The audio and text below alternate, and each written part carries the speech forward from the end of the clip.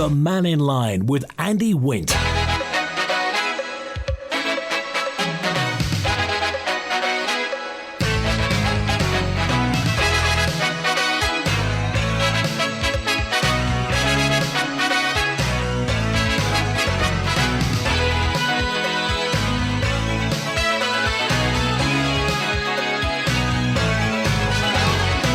Pastor Mai, good afternoon. Welcome to Mannin Line today.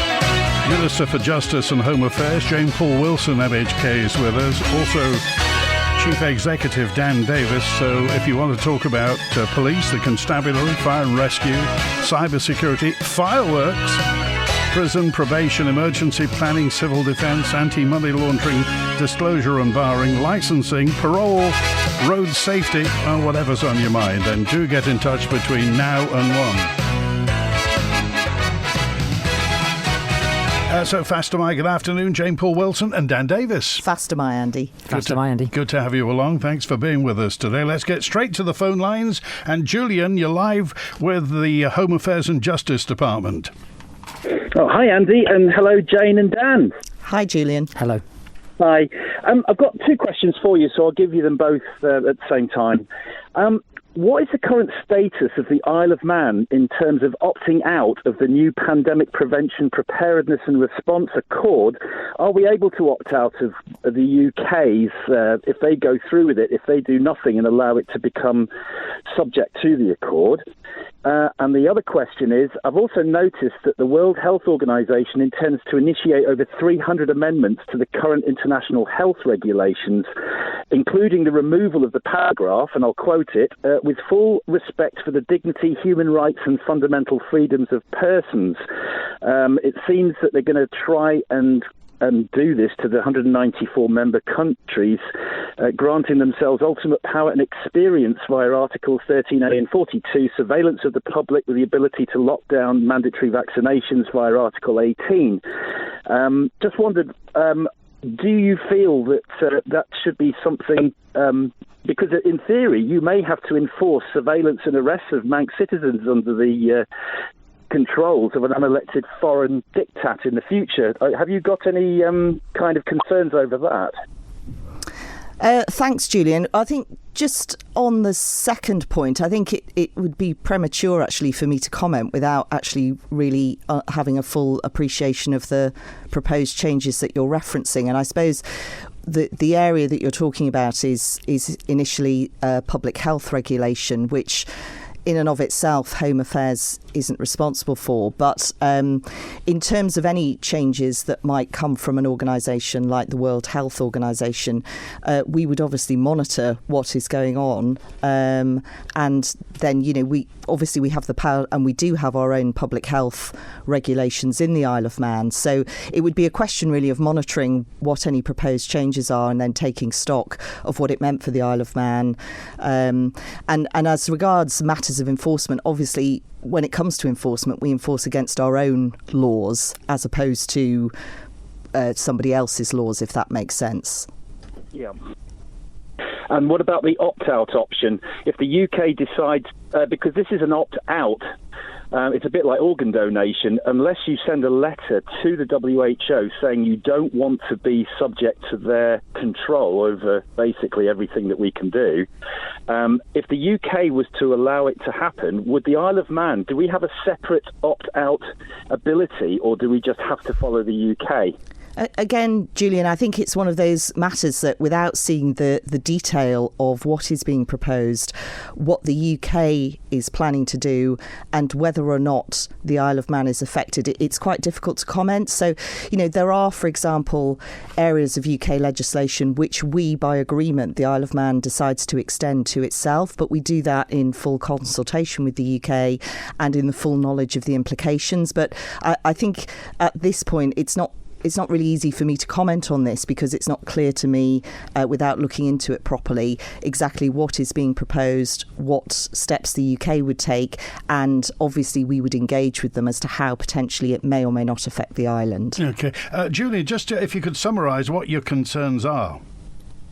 Well, basically, the WHO, within their 300 amendments and also in this new Pandemic Prevention, Preparedness and Response Accord, they have altered all the wording, and including in the accord, they're saying that they can call a pandemic response over and above the local governments in any country, or all of them at the same time, not even if there is proof that there is one. So that's basically surrendering sovereignty of your ability to govern your own jurisdiction. We showed some of that here because we shut the borders, whereas the UK didn't really do that to the extent that we did. Or whether or not you agree with it or not, we did have that ability to control our borders to a degree. I'm just interested to know if the UK goes and allows itself to surrender its sovereignty in terms of, and also all the attendant thing with Jane, about if we do go along with this and an unelected group in another part of the world is basically saying you have to arrest people who decide that they're not going to abide by their diktats, the local police are going to have to arrest people on the basis of unelected people not on the island. So that's my concern is how can we opt out of this? I mean, my understanding is that there's an initial opt-out on December the 1st. Well, we're in October now, so we need to sort of maybe get a bit accelerating on knowing exactly what our options are if we've only got just over a month to sort this out. Dan Davies? I think with any sort of international accord, it's down to the jurisdiction to make laws that represent the terms of the agreement. And so it would be a matter ultimately for Tynwald to determine whether or not it was to implement the requirements as set out in any accord if it was extended to the Isle of Man. So, and I would probably take issue a little bit with saying that this would supersede the sovereignty, because with any accord, it's down to the member states to determine how it implements laws to match the agreement, and that will obviously have to go through the parliamentary process. So it doesn't. I would probably say it wouldn't compromise the sovereignty of the Isle of Man in this case. Okay, all right. Thanks, Julian. Thanks, Andy. All right, good to hear from you. And David's on now. Hi, David. You're live with Jane Poole-Wilson and Dan Davies. Hi, Andy, and the Minister and the Chief Executive there. Got two questions, and one's probably fairly easy. Regarding, some time ago, a lady contacted me regarding neighbourhood problems, massive loads of vehicles being parked on the highway in a home zone, and she wrote, I went to see her, she wrote a handwritten letter, an A4 sheet, and to the Chief Constable of the Isle of Man. I picked it up, delivered it to the police station, and to date she hasn't received any correspondence from the Chief Constable. So can I ask, not a political question, ask Dan, Mr. Davies there, what's the procedure regarding members of Tynwald, ministers and chief executives, and that would include the Chief Constable as well, responding to correspondence? Generally, people would uphold the standards which are set out by the Public Services Commission, which are 10 days for non-complex inquiries and 20 days for complex inquiries. But I would have expected an email to go back, and the constabulary are normally pretty good at answering correspondence. But if the person wants to get in touch with the department, we'll certainly pass that letter on. She'll be listening today, don't worry. Now, don't forget, we're talking about an 80-plus person here. Doesn't have a computer, doesn't have a laptop, but corresponds lovely with pen and ink and delivered. That's what I feel is embarrassing to our police force at the minute. And I wanted to ask sometime regarding, the other one I was going to ask too, is regarding vaping. Because we're actually killing a generation that's growing up which thinks it's cool to vape. They're doing it in schools. You look at the schools now. I've got grandchildren at schools too. And you see the smoke coming out at playtime in the schools at Bemhaig there. What is the government doing to put the legislation through, like it is in the UK, to stop it? So You've got to be older. So, David, I don't know if you've been following, but we have actually got a vaping products bill that is going through the branches at the moment. It's completed its passage through Keys before the end of the last parliamentary year, and so is about to go through the Legislative Council. And absolutely, this was recognised as something that we needed to be responsive on very, very quickly. So it wasn't originally in the legislative programme for this administration, but absolutely it was recognised. It was a rising issue, particularly particularly for young people. And on the precautionary basis, because there is more and more research coming out, you're absolutely right about the harms for people who have never smoked before. And so we recognised we needed to do something, and there was a rapid period of consultation. The bill was drafted. It's made its way through Keys. It will be moving through Legislative Council when we sit again. And I hope we will be able to press for royal assent as soon as possible so we can bring that into force. Is it the use, the sale, the advertising, or the availability? What is it? It covers a number of areas, Andy. It covers obviously the sale, so banning sale to under 18s, but alongside that, similarly with as we've done with tobacco products, it's about how you can display products. So it covers in specialist vaping shops, for example, that under 18s wouldn't be able to go in, or where under 18s can go in, that vaping products must be not on display, as we would expect with tobacco products. What about the purchase on behalf of a minor? Yes, that is also covered in the legislation. So if somebody bought a load of vapes for somebody who was under 18, they could be prosecuted? Yeah, sale or supply, and supply would cover that situation. David?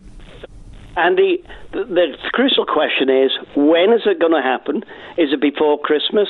Because if you've got to go through the branches, why wasn't it done in the summer? Why wasn't it sailing through when the rest of them were on holiday? Why wasn't, these things need to be done. And I know you're going to give me we've got to go through a procedure on that. But when you're killing people, which these products are killing people or causing issues to health and family distress, things need to be done. Yeah. What happened when our differences make us different? Okay. I'll leave it at that. Yeah, thank you, David. I mean, to a lot of parents who are tearing their hair out about vaping, when vaping was supposed to be a route out of smoking, not a route into smoking, when will it come on the statute book? Well, as I say, it's about to start its passage through Legislative Council, and I hope it will pass through Legislative Council as expeditiously as possible. I mean, it's important, with all of these things, that we scrutinise our legislation properly. Nobody's against it, though, are they? No. Often with legislation, the devil is in the detail, which is why it's important to try and look at it and make sure it's right. But we are absolutely keen to then make sure it moves through Legislative Council as quickly as possible, and then engage with the Ministry of Justice to try and get royal assent for the bill, so that we can see it get onto the statute book and then bring it into force. OK, two questions now about the steam packet. One, basically, either side of the argument. I'd like to ask the Minister, how much money spent on security provision at the sea terminal, and why do we need military-style bomb checks? Is it a bit heavy-handed? On the other one, Janet in Laxey said, that was a texter 284, by the way. This is Janet in Laxey, and says, does the steam packet supply names of passengers to the police or Home Affairs prior to departure? So if I take Janet's question first, not on a routine basis. So where there are specific grounds for the constabulary to be able to ask for any passenger information, they can do so. But one of the other challenges we have is that passenger data is not verified data when it comes from the steam packet. So it is possible in particular cases, but it is not supplied as a routine matter. As to port security, that's actually looked after by the Department of Infrastructure. And in terms of managing a proportionate level of security at our ports, I'm sure all your listeners will be fully aware, because there's been a lot of coverage of the amount of drugs that can be trafficked into the island, and also money, the proceeds of crime, that can be trafficked out of the Isle of Man. And it's my personal view that we do have to take a proportionate approach if we want to maintain a secure and safe island, and we want to be proactive about thwarting serious and organised criminals and their desire to exploit people and bring criminality onto the Isle of Man. Then we absolutely have to take a proportionate response to maintaining access and security around our ports. OK, if I can just simplify it, Dan Davies, so a known drugs trafficker from the northwest or Liverpool could give a false name at Heysham or Liverpool, walk onto the boat, and we wouldn't be any the wiser. That's the way the system currently works, yeah. So, I mean, does Home Affairs have a view about where that should lead us to? I think the department is concerned about organised criminal gangs exploiting the island's position within the common travel area. And so it's something I think that is on the minds of the Council of Ministers. It's something that's certainly on the minds of the Chief Constable. And I know Council are looking at the best way to ensure the island is secure and people are protected from organised criminal gangs. Yes, Jane Poole-Wilson, certainly I've chatted to the Chief Constable. He's very aware of criminal gangs, criminal families on the Isle of Man who are hooking up with gangs in the northwest. Is there a simple solution to this? No, I think it's a very complex problem because this criminality is viewed, I think, by the most serious criminals as a business, and the Isle of Man is the end of a market. So actually, the proceeds or the amount that can be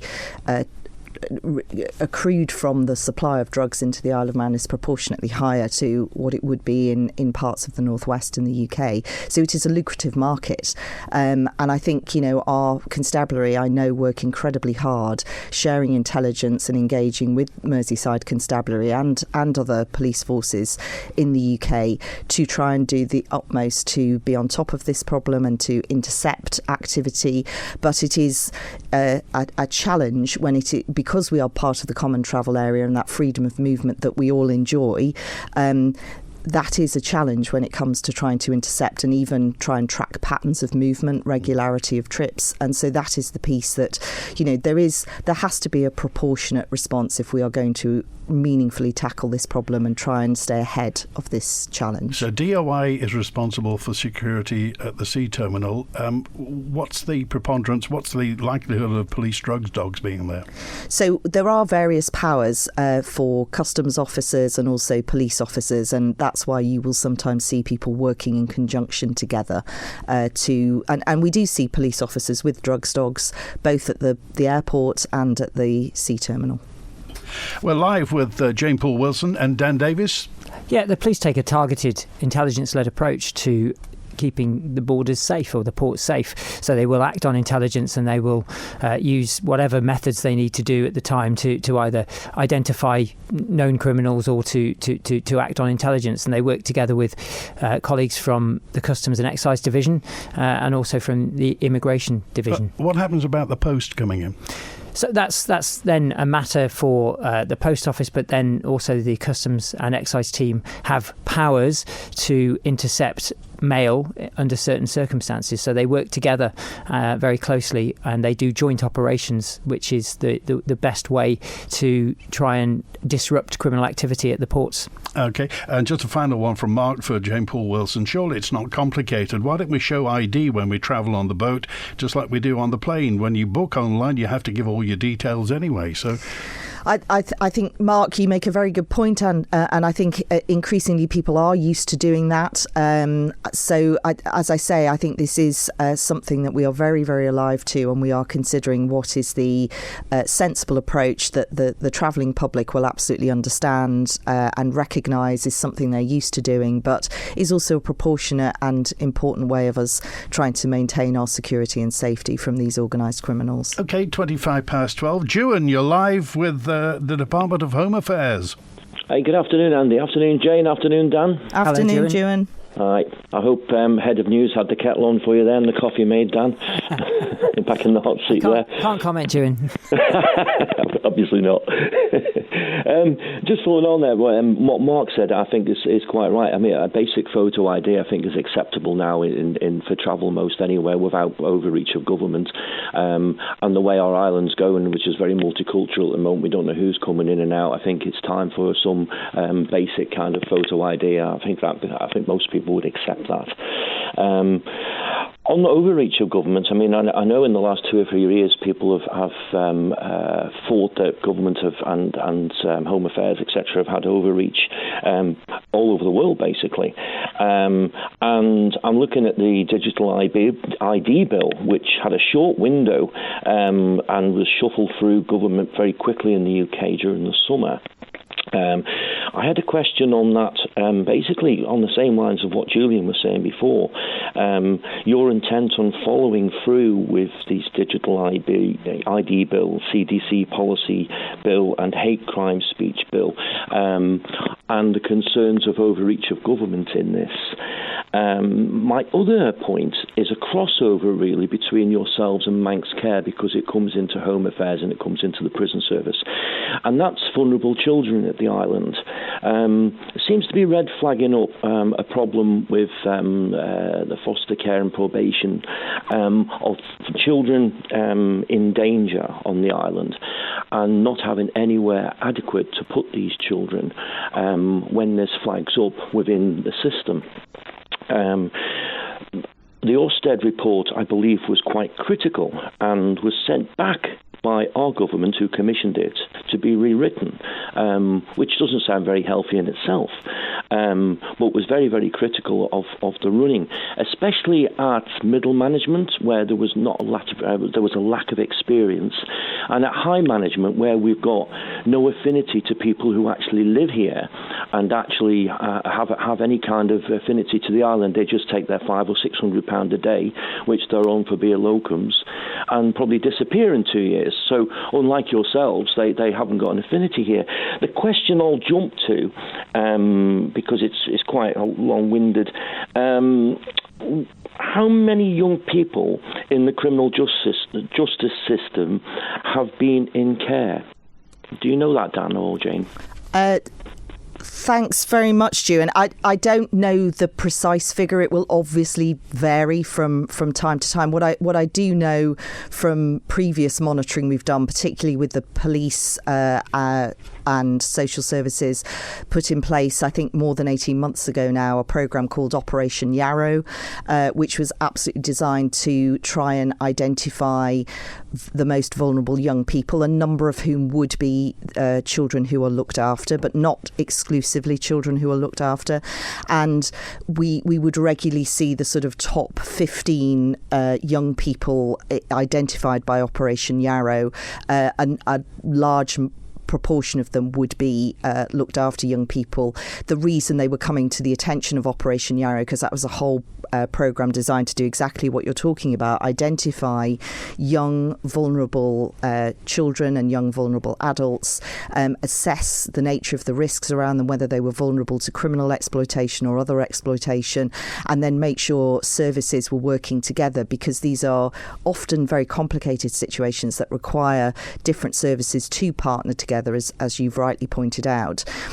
So that work was already underway and continues. And then layered over that this summer, the multi-agency safeguarding hub, which is shortened to MASH, has become fully operational. And again, that's about bringing different services together. So the police early action team, children's social care, family social workers, health workers, coming together so that they share information and understand the risks that may be around particularly vulnerable young people, but also vulnerable adults, and can put in place multi-agency plans to protect such individuals. And that work is definitely underway. One thing I should also say at this point, though, Ewan, you did say that the government asked for the Ofsted report to be rewritten. That is categorically not the case. We ask for these inspections for the very good reason it is important, actually, that an external agency comes and does look at our different services. And in Home Affairs, we've done it with HMI coming in to look at the constabulary. HMI have come in to look at the prison and probation service. And it is vital that the public have confidence that when we do this, we do not ever ask them to rewrite such reports. We want their inspection and their feedback. OK, final word. Sorry, Dan Davies. What I was just going to say is there is often a process where errors and omissions are able to be corrected. So where the report writes something that's incorrect, then the government has the opportunity to correct it. But I've seen factually incorrect. Factually incorrect, absolutely. So any facts that are incorrect can be corrected. But I've seen the process of the Ofsted report, and I can support the Minister in that. There's been no attempt by government to rewrite or change it. OK, final word, June. Yeah, and I take what you're saying there, Jane, with the MASH, etc. And I believe that the biggest thing is that the system seems to be working not around the children at the moment, but around the system. CAMHS is very underfunded, and there's a total lack of finance and social care. So these children are ending up in places either still at risk or staying with families or family members which is not suitable for them. We've got a secure unit, which you seemingly have to go through rings to actually get people into a secure unit, which costs us a lot of money and is very underused. So children who are in need are getting mixed up with children who are problematic. And I think further down the line, that may be going to cause a problem within society if we can't identify that and put the children who need care at risk. And again, we're back to finance again, aren't we? Okay. Just maybe to reassure you, Juan, I mean, obviously these are Manx Care provided services, but I do know that the secure unit is very carefully managed. So young people who are in there on remand or because they're serving a sentence are always segregated from any young person who may be in the secure unit for welfare reasons. So I would just like to reassure you on that. Okay, thanks, Juan. Cheers out, thank you. Good to hear from you. Just a point regarding vaping legislation came in, and this is Alice who just said, you mentioned that vaping legislation going through the branches and the need for scrutiny. In the UK, it goes through the House of Lords, which has experienced law lords and people with experience in scrutinising legal paperwork. In the Isle of Man, we have lay people, if you like, in LegCo, many of whom haven't had that much experience, some, and no relation to legal drafting, and the members have no qualifications to scrutinise legislation. So with this in mind, do we rely on LegCo too much for this? Well, speaking as a former member of Legislative Council and an experienced lawyer, I think we do have people who can provide that level of scrutiny. I think what is important actually about the role of Legislative Council, I can say this having sat there, is that is an absolute predominant focus of the work of members of Legislative Council. And indeed, one of our members of Legislative Council now, Dawn Kinnish, is also a qualified lawyer by background. So I think, Keys members obviously have a huge amount of constituency work, and many, obviously, people have their day-to-day government work as well on top of the legislative work. But I would always say that the value actually of Legislative Council is they absolutely do take the time to take the second look at our primary legislation, and of course they are provided with training and support in how they interpret and scrutinise legislation. Live today with Jane Poole-Wilson, MHK, Home Affairs and Justice Minister, and Chief Exec Dan Davies. And if you want to get in touch, text, email, call and WhatsApp. Just a quick word, by the way, about some political surgeries this weekend in Douglas Central. Anne Corlett and Chris Thomas are at All Saints Church Hall. They're there from 2 till 4 tomorrow the 14th. Alex Allenson and Laurie Hooper are at Ramsey Town Hall from 10 to midday tomorrow. In Colby, Tim Glover and Jason Morehouse are in Colby, and Daphne Kane and I think it's Aislinn Creer from Garth Commissioners are going to be at Garth Commissioners' office in New Road in Laxey from 10:30 to midday if you want to catch up with your politician this weekend. Andy Wint, the Nation Station, Next Radio. Have you been invited to take part in the Household Income and Expenditure Survey? It's one of the most important surveys for our island because the information you provide is vital data for our island's financial planning. It helps us calculate our VAT revenue from the UK. Plus, it gives us a better understanding of the financial strains on residents, so we can support those who are struggling. If you've been invited, please take part. Visit gov.im/HIES for more information. At Isle of Man Energy, we're excited to offer our customers the Alpha E-Tech efficient hybrid gas boiler and heat pump combination. This state-of-the-art hybrid boiler causes minimal disruption to your existing heating system, making it simple to upgrade. Priced from just £65 a month and with 6-year warranty as standard, which can be extended to 10 years, what are you waiting for? Register for a free consultation at isleofmanenergy.im. Looking a little tired? Treat yourself to a refresh at Tracy Bell. If you're confused by all you read or see online, Tracy Bell Aesthetic Medical can help. With the expertise of experienced medical practitioners and the latest technology, including laser skin treatment and hair removal, injectables, fat freezing and skin tightening. Call Ben on 613323 to arrange your consultation now. Tracy Bell, helping you to be better. Join us this weekend, live from the Ross Revenge, with some great music from the 60s to the 90s, some money to win in the Caroline Web Shop, and all sponsored by Turton Tower Woodland Cafe.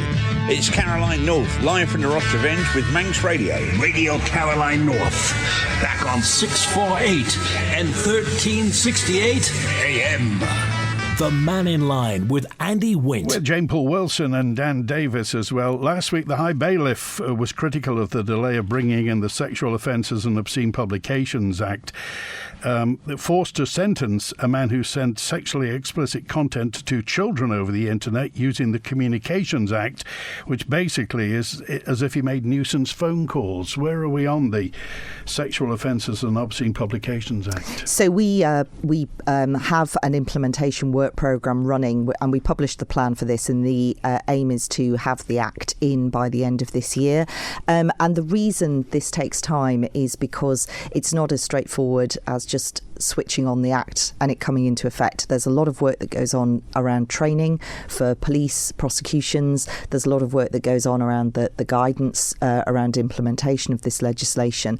And in fact, what we did prioritise was the Domestic Abuse Act in Home Affairs. So all of the people that are involved in working up and getting ready to deliver the Sexual Offences and Obscene Publications Act are the same people who did all of the work around domestic abuse, which we managed to bring into effect at the beginning of this year. And as I'm sure listeners will be aware, we have seen put to significant use since it's been in law, and is making a real difference to being able to address those domestic abuse offences. But the work that went into the preparation for that, again, in terms of training, processes, making sure that everybody understood all of the procedures, court forms, there was a huge amount of background work that went into it, so that when the legislation went live, we were pretty confident we were in a good place to actually make it work in practice. And that's exactly the process we're doing with sexual offences now. Was the High Bailiff out of order to raise concerns? I think the High Bailiff is quite entitled to reference the fact that, you know, there is legislation coming that will make a difference, and it's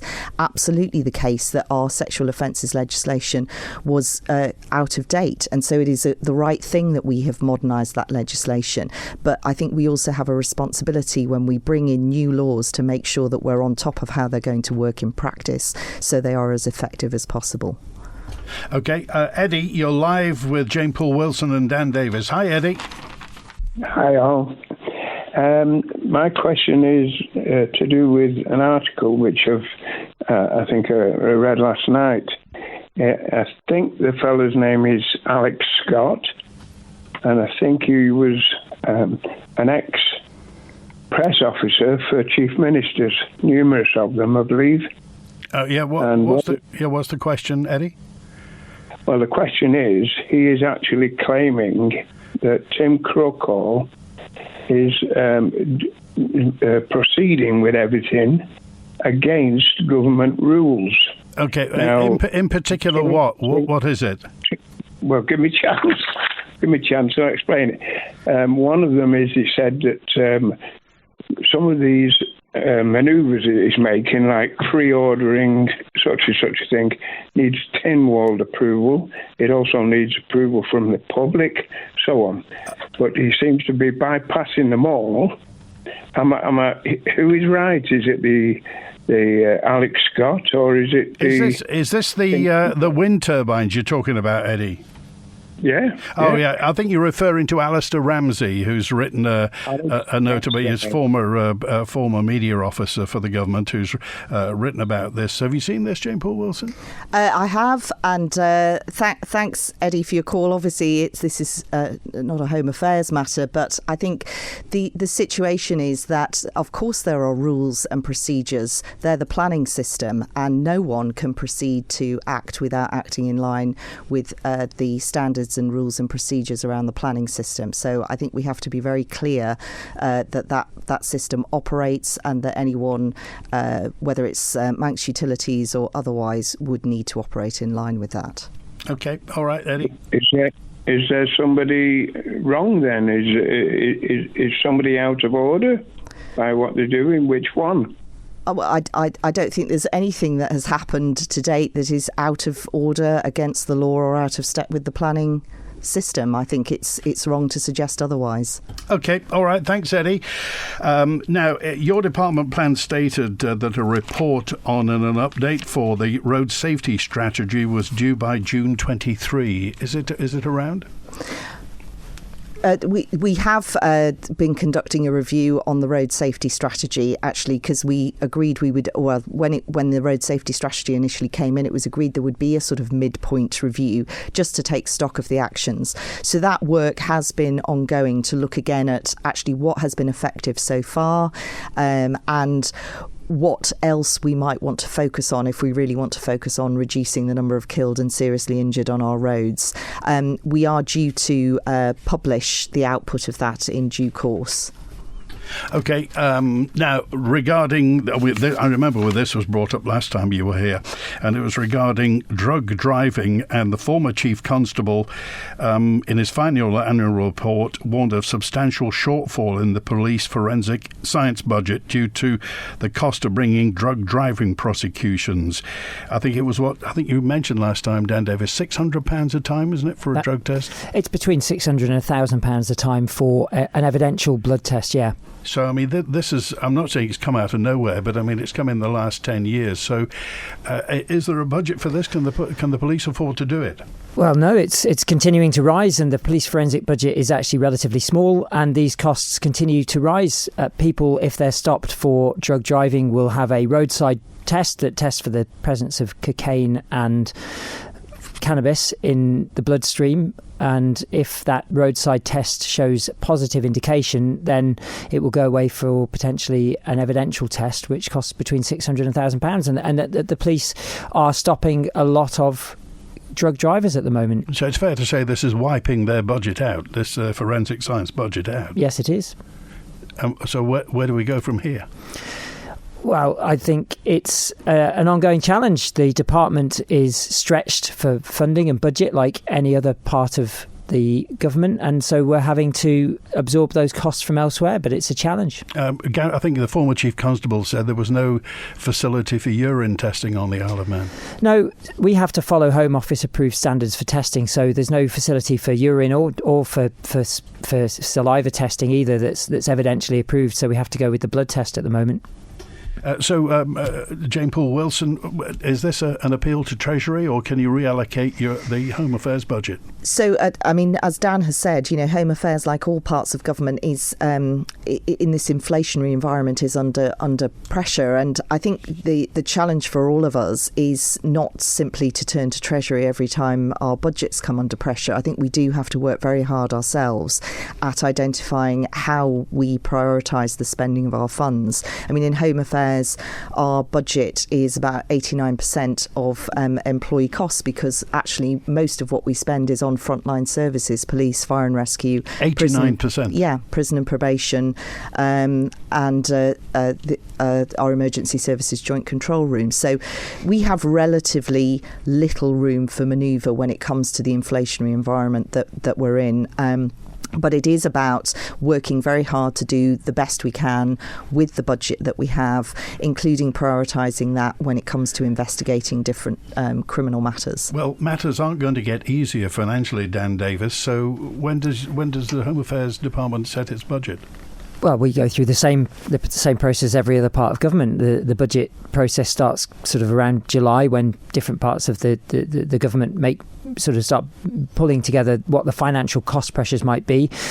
And we will put a paper to Treasury, but the Treasury have been very, very clear. There are significant cost gaps, and I think the Department of Home Affairs, in the same way as the Health Service is to some extent, is very demand driven, and we are able to plan for a degree, but if there is a significant incident in the Isle of Man, a significant fire, a murder or a significant assault, that will push costs up, and we're at the mercy. But I have to say that generally we have a good relationship with Treasury, in that Treasury understand the department is really driven by three main cost drivers. There are the demand-based drivers. We have, as the Minister said, we have a significant number of costs relating to staffing costs, around about 89%, and heat and light fuel costs are increasing, and we've put in a forecast that our budget for fuel, heat and light will probably increase between 30 and 100% in the next sort of 9 months.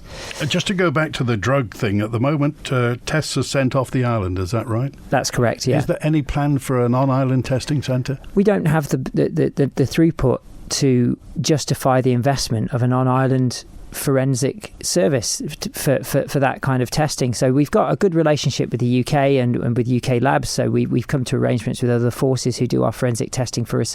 But there are issues right across the UK with forensic testing, and there are delays, which is frustrating, because ultimately we want to see prosecutions happen as quickly as possible, get them to court and get an outcome, and where there's a victim involved, ensure that the victim sees the outcome as quickly as possible. But forensic testing takes time, and it is a service in demand in the UK. But ultimately, I think if you look at drink driving and how it's no longer normal to drink drive, and I think over time it will become the same in that, it will become less socially acceptable to drive whilst impaired by drugs.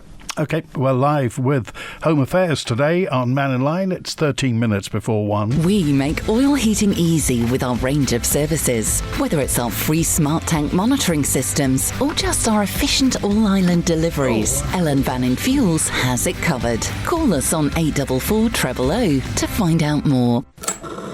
Everyone's more conscious of energy usage nowadays, so Manx Utilities has begun installing smart meters for standard domestic customers island-wide. With our Smart Living app available too, you'll be in control of tracking and managing your energy. No need to contact us, we'll be in touch when we're ready to fit your smart meter. Visit the Smarter Living page at manxutilities.in. Manx Utilities, delivering a smarter future. Discover a fabulous range of watches, gifts and jewellery at Ramsey Art Gallery, with top brand watches from Bulova, Citizen Eco Drive and Storm to Acurus, Seconda and Timex. Plus, all watch purchases come with free lifetime watch bracelet adjustment service. There's stunning gold and silver jewellery, gifts for all occasions, and of course a fabulous gallery of limited edition prints and original artworks. Find all this and more at Ramsey Art Gallery, Jewellers and Engravers, opposite Ramsey RNLI shop. Business owners, if you're looking to get involved in a great local cause, then find out about the Queen's Pier Restoration Trust. Opportunities include helping out and discovery days for staff, along with sponsorship opportunities to help with the restoration. Call Graham on 355 104 to discuss the corporate support options available to keep this historic Manx landmark for future generations. Call Graham today on 355 104. This audio has been kindly sponsored by Paul Carey & Sons. Get ready for another winning weekend on Manx Radio.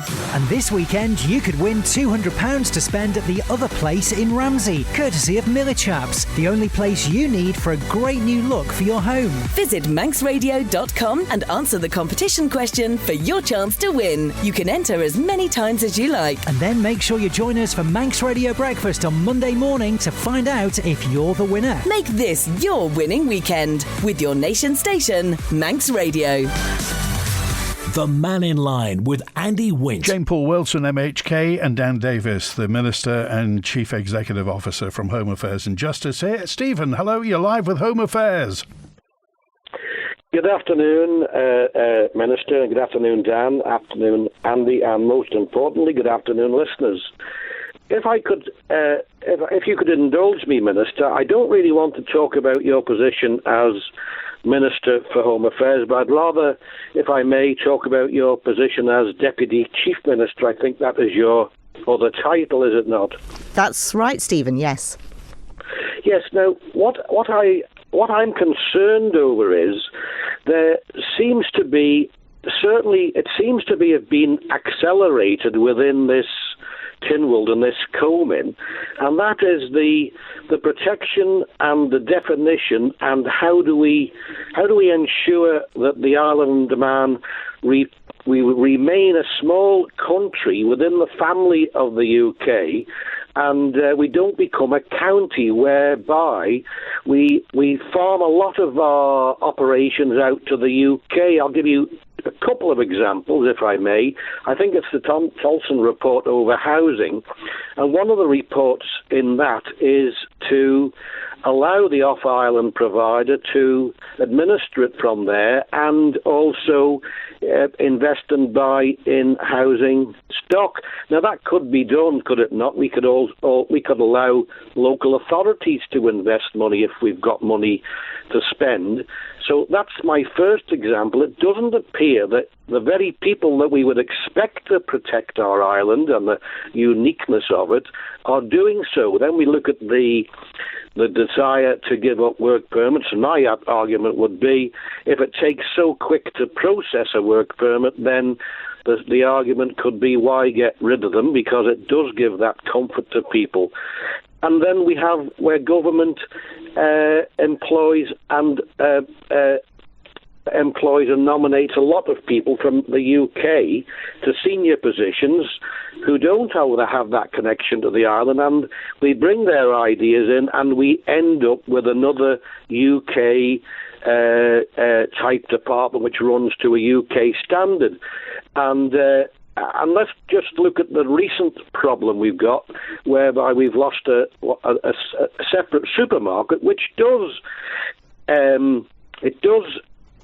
buy and let the producers put their produce through them. Now, government itself, as I'm sure you will be aware, is a major buyer of produce, and with the prison, the hospital, the schools, etc., and they could surely help more with buying local. So my question to you is, how can we be reassured that you, as Comyn, are doing your best to protect the uniqueness of the island, its culture, its identity, and its people from becoming, by de facto, just a county of the UK? Because if that's how we're going to go, should we just simply abolish Tynwald and have an MP going to Westminster? Thanks, Stephen. And can I reassure you on a very personal level that as a Manx woman born and bred, I so value our uniqueness as an island. I think you've touched on Tynwald already as the body that legislates for us on this island. And for as long as I'm able to have the privilege of doing this role, I am very keen that we safeguard what is unique to us. I also think that we shouldn't be so... we should never close our minds to what we can learn from other places, and that may be the UK, but it's not exclusively the UK. It can sometimes be the other Crown dependencies. It could be further afield. When I think about legislation, sometimes we've looked at New Zealand, for example.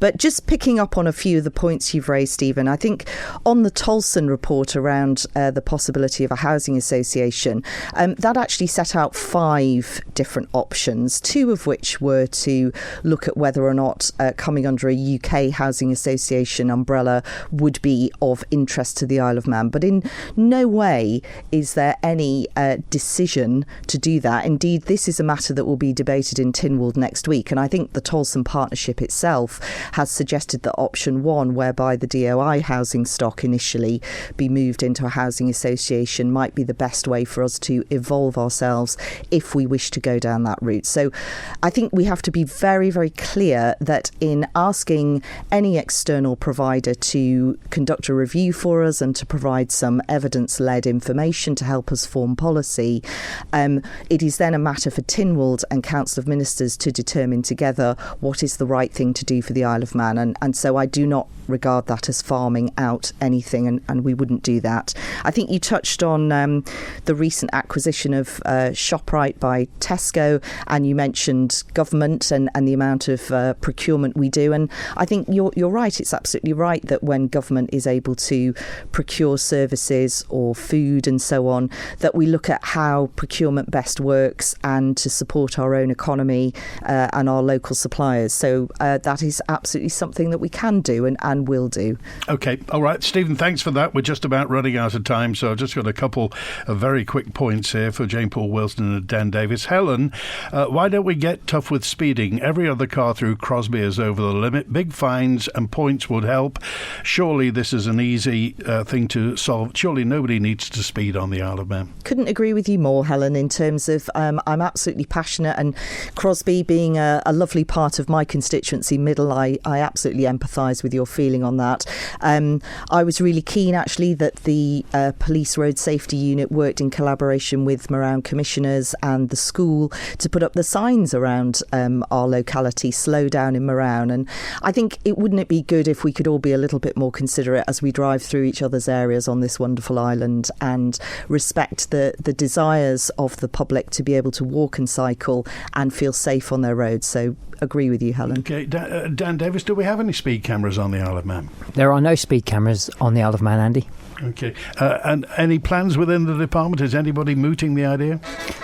Don't think so at the moment, but they are an enforcement tool, and I think it's something that the police would like to look at some point in the future. OK, thanks for being with us today, Jane Poole-Wilson, MHK. See you in the new year, won't we? Thanks, Andy. All right, and Dan Davies, thanks, Dan. Good to hear from you both today. So it was Home Affairs today. Now, next Wednesday, Deborah Heather and Ranald Corwell will be in from Visit Isle of Man, the chief exec and the chair of Visit Isle of Man. We used to call it tourism, but they say we need 500,000 tourists on the Isle of Man. How do you think we're going to do it? Do you have any advice for Deborah Heather and Ranald Corwell? And the week after that, the airport director, Gary Cobb, will be live on Mannin Line. Thanks for your messages today. We can't quite use everything, but everything is read. Thanks to Chris Quirk on the phones, and have a great weekend. WINT